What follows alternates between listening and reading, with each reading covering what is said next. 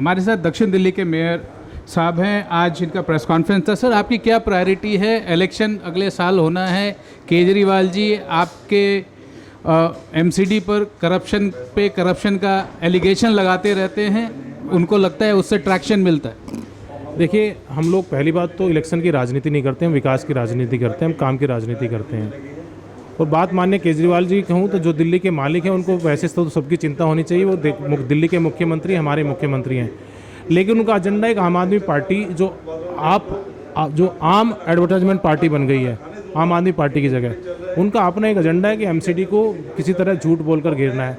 उनको बात करनी चाहिए एमसीडी को आगे बढ़ाने की, उनको बात करनी चाहिए दिल्ली के विकास की, उनको बात करनी चाहिए दिल्ली में वैक्सीन सबको लग जाए, लेकिन उनके पास ऐसा कोई एजेंडा नहीं है।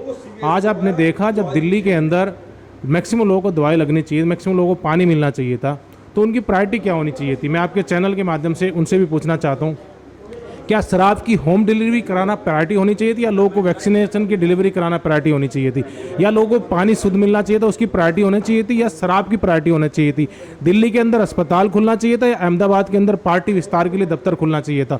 ये आप पंजाब में जाके कहते हैं कि नशा मुक्त कर देंगे, आप दिल्ली में आप नशे को बढ़ावा दे रहे हैं, घर घर शराब भिजवा रहे हैं, घर घर पानी की बोतल भिजवा दीजिए ना, आप घर घर राशन भिजवा दीजिए, खाना भिजवा दीजिए लोगों के लिए, लोगों को दवाई भिजवा दीजिए, इंजेक्शन लगवा दीजिए। नहीं, भारतीय जनता पार्टी शासित नगर निगम, जिसको एमसीडी जो मोस्ट केयरिंग डिपार्टमेंट है, अगर ये नहीं होता तो दिल्ली की हालत आज बहुत ख़राब होती। हमने ही थर्ड वेव से बचाने की कोशिश करी है, हम ही थर्ड वेव की तैयारी कर रहे हैं, हमने ही फर्स्ट वेव से निकाला है, हमने ही सेकंड वेव से निकाला है। आप पिछला रिकॉर्ड उठा लीजिए, अगर दिल्ली सरकार का कोई भी विधायक, कोई भी मंत्री या कोई भी इनका नुमाइंदा अगर जनता के बीच में कोरोना के दौरान गया हो, कोई सब लोग घर में बैठे थे, आप आए 5 मिनट में आपने मीडिया को संबोधित किया, क्योंकि आपके साथ में उनका जुड़ाव है, मीडिया को संबोधित 5 मिनट में एसी में बैठ के दिल्ली नहीं चल रही थी उस टाइम पे, लेकिन ज़मीन पर जब हम थे तो हम दिल्ली को संभालने का काम कर रहे थे।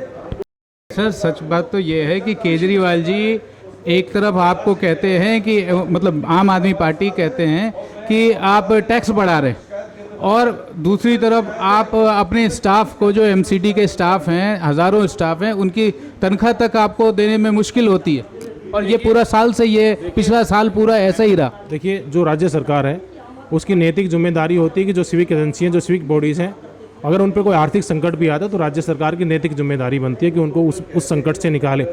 ठीक है, इससे पहले कांग्रेस की सरकार थी, वो भी विपक्ष के लोग थे, हम भारतीय जनता पार्टी से थे, तब भी हम निगम में थे, लेकिन कभी उस सरकार ने हमारे निगम के साथ ऐसा सौतेला व्यवहार फंड्स को लेकर नहीं किया।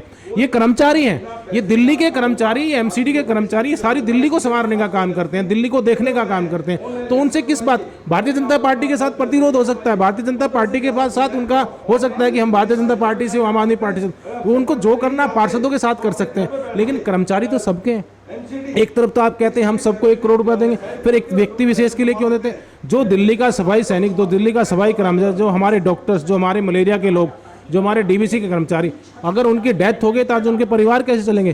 केजरीवाल साहब को सोचना चाहिए, क्योंकि वो भी दिल्ली के नागरिक हैं। अच्छा, आखिरी में ये बताएं, आपका केजरीवाल जी को क्या संदेश है, क्या रिक्वायरमेंट है आपके साउथ एमसीडी के लिए? मेरा आपके चैनल के माध्यम से ये कहना है कि वो अपना दिल बड़ा करें, अपना दिल बड़ा करके दिल्ली को बड़े दिल से देखें, और वाकई में जो उन्होंने जो वादे किए थे, कम से कम एक तो वादा पूरा करें दिल्ली के लिए। उन्होंने 70 वादों में से एक भी पूरा नहीं किया, और ये जनता है, ये जनता जब सोचती है, समझती है, ये सब चीज़ें ठीक करती है, उनको मालूम भी है कि दिल्ली की जनता आज उनसे कितनी नाराज है।